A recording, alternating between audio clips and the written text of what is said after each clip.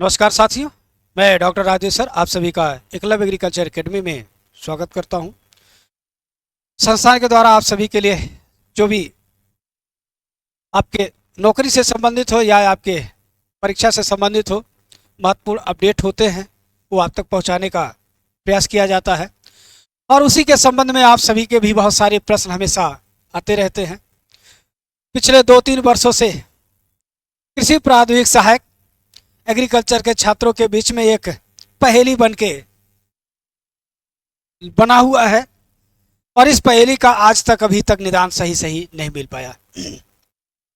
और उसी के परिप्रेक्ष्य में बार बार आप सभी का भी सवाल आता है, विज्ञापन तो आ गया, अब शॉर्ट लिस्टिंग कब होगा, इसकी परीक्षा कब होगी। अब ये 2 बिंदुओं पर चल रहा हुआ है और इन दोनों प्रश्नों के जवाब के लिए हम भी अब आपके समक्ष अपनी जो हमारी एनालिसिस है, जो मुझे ऐसा लगता है कि ये चीज़ें होगा, उसके साथ जो तर्क है उन तर्कों के साथ हम आपके इन प्रश्नों का जवाब देने का प्रयास कर रहे हैं। उम्मीद है आप सभी लोग इससे संतुष्ट हो पाएंगे, क्योंकि अधीनस्थ सेवा चयन आयोग को यदि देखा जाए तो यह भी नहीं देखने को मिल रहा कि पहले 22 के पेट का सारा विज्ञापन खत्म कर लेगा तब 23 का कराएगा। उसमें भी कोई रेगुलरिटी नहीं देख पा रहे, कभी 23 का कोई सी परीक्षा का एक डेट दे रहा है, कभी 22 का दे रहा है, कभी कोई नया विज्ञापन दे रहे हैं और कभी 22 के कोई दे रहे हैं। तो इसलिए जो है आयोग का कोई अपना समय सारणी ना परीक्षा को लेकर है और ना ही विज्ञापन को लेकर है। ऐसे में कौन सा परीक्षा पहले होगा कौन बाद होगा यह पूर्ण रूप से कहना काफी जो है असमंजस लगता है। तो लेकिन प्राविधिक सहायक को लेकर के क्या स्थितियां बन रही हैं उसके लेकर कुछ अपडेट्स हैं, उन अपडेट्स के आधार पर हम आपको बात बताने का प्रयास कर रहे हैं। तो आइए देखिए इसके संबंध में एक सबसे बड़ा जो अपडेट है वो ये है कि उत्तर प्रदेश की जो सबसे बड़ी परीक्षा कराने वाली संस्था है वो माध्यमिक जो हमारा यूपी बोर्ड है वो है, और यूपी बोर्ड ने अपने परीक्षा कार्यक्रम का ऐलान कर दिया। यूपी बोर्ड की परीक्षाएं 24 फरवरी से 12 मार्च तक होगी। इसका मतलब इसके बीच में किसी अन्य बड़ी परीक्षा का होना संभव ही नहीं होगा।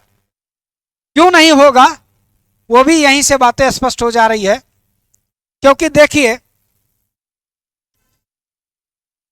यूपी बोर्ड के सचिव भगवती सिंह ने बताया है कि हाई स्कूल इंटरमीडिएट के कुल 54,38,597 अभ्यर्थियों का समय सारणी का इंतजार खत्म हो गया। अब आप सोचिए, जहां 54,38,000 अभ्यर्थी परीक्षा दे रहे होंगे तो क्या विद्यालयों के साथ साथ प्रदेश की शासन व्यवस्था का इसमें सहयोग नहीं होगा? बिल्कुल होगा, क्योंकि पुलिस की पूरी आवश्यकता, अधिकारी कर्मचारी पूरा व्यस्त हो जाएंगे। तो ऐसे में इसके बीच में कोई अन्य बड़ी परीक्षा का आयोजन संभव ही नहीं है। तो ये आपका हमारा फरवरी मार्च निकल गया, बचा हमारा जनवरी।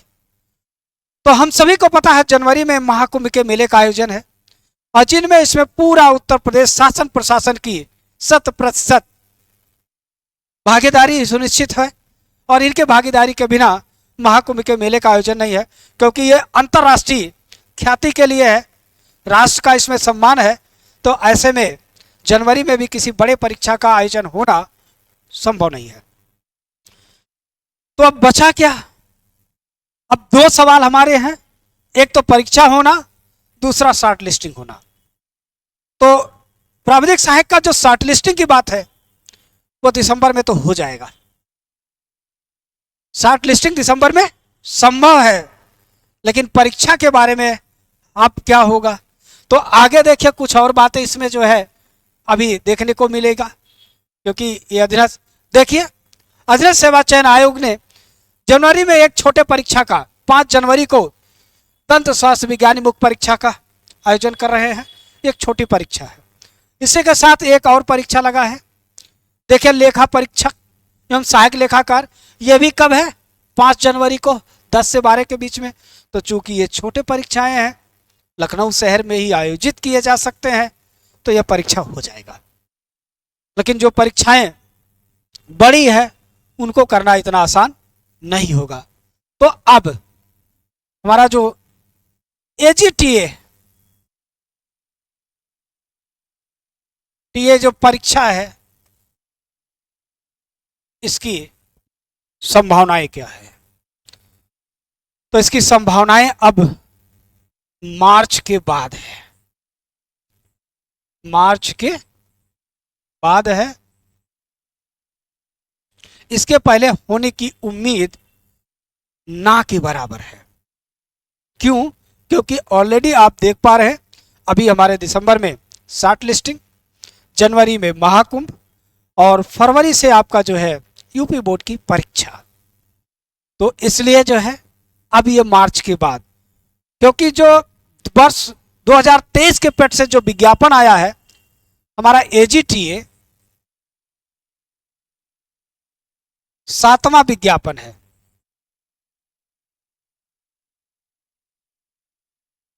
अब चूंकि ये 7वां विज्ञापन है तो एक क्रम से है, लेकिन आयोग का कोई क्रम दिख ही नहीं रहा है।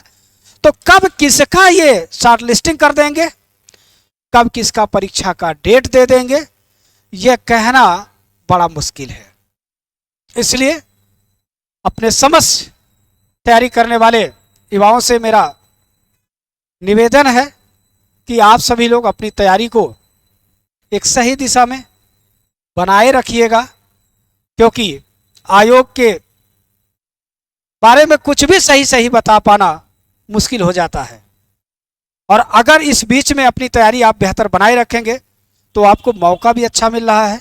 जो अभी तक बहुत बेहतर तैयारी नहीं कर पा रहे हैं वो भी तैयारी कर पाएंगे। दूसरा, इसमें एक पहलू और आएगा, क्योंकि पिछले 2 साल से आप सभी लोग बुक के माध्यम से, अपने किसी ट्यूटर के माध्यम से, अपने किसी नोट्स के माध्यम से आप कहीं ना कहीं अपनी तैयारी में लगे हैं। तो हर छात्र अपनी तैयारी में लगा है। इसका मतलब हर बच्चा 1 बार 2 बार 3 बार सिलेबस को पढ़ चुका है। और अगर ऐसा हर बच्चे पढ़ते चले जा रहे हैं तो इसकी जो मेरिट होगी वो ऊपर जाने की संभावनाएं बढ़ती जा रही है। इसलिए आप सभी लोग व्यक्तिगत तौर पर अपनी तैयारी को जरूर परखते रहें। आप कहाँ पर हैं, आपकी तैयारी कैसी है, आप किसी से कमजोर ना हो, इसलिए समय का ध्यान रखते हुए अपनी तैयारी को और अच्छी दिशा में ले जाने का आप प्रयास कर रहे होंगे, ऐसा मुझे उम्मीद है। आप सभी की तैयारी बेहतर हो, इसमें हमारी संस्था भी आप सभी के साथ सहयोग करने के लिए पूरा तत्परता से बनी हुई है। इससे संबंधित किसी भी तरह की अगर आपको कोई जानकारी चाहिएगा तो आप संस्थान के मोबाइल नंबर 9415 25 25 72 पर कॉल के माध्यम से या व्हाट्सएप के माध्यम से जानकारी प्राप्त कर सकते हैं। हमें उम्मीद है आप सभी इस जानकारी से लाभान्वित होंगे और आपके जो भी विचार होंगे आप अपने विचार को जरूर शेयर करिएगा, ताकि हम भी जान पाए कि आप लोग के पास क्या इनपुट है। तो आज के लिए इतना ही, धन्यवाद।